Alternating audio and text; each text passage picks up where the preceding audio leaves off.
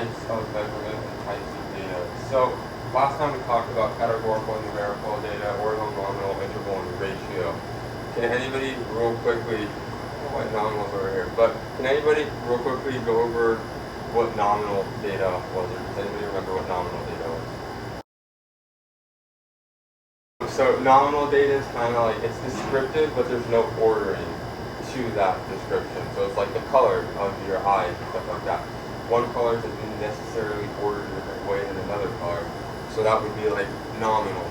Now, does anybody remember what ordinal was? Yes, precisely. So it's pretty much, I would put it under categorical. There's, Professor Hatlin and I talked about it yesterday. There's kind of like this whole debate as to whether ordinal should be put under numerical or at least quantitative. But most individuals, the way I've seen it thus far, is that ordinal is under categorical or qualitative. And so it's an ordering of those variables. But they don't specifically, like, it's more descriptive than interval would be. Now, I'll just go over interval and ratio. I'll just tell you what they are and remind you of what they are again.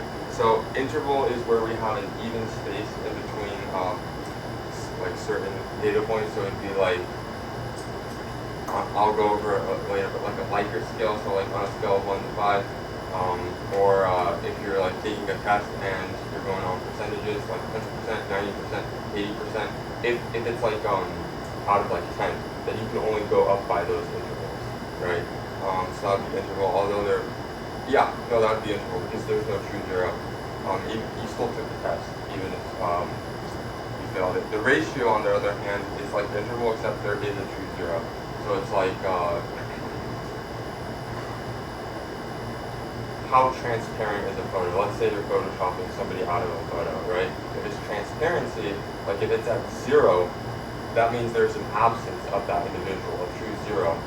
But then if it's at 100%, that means the person is fully there, and then you can go back and forth kind of on that dial. So that's nominal. Generally, the way to remember it is nominal, ordinal, interval, and the ratio.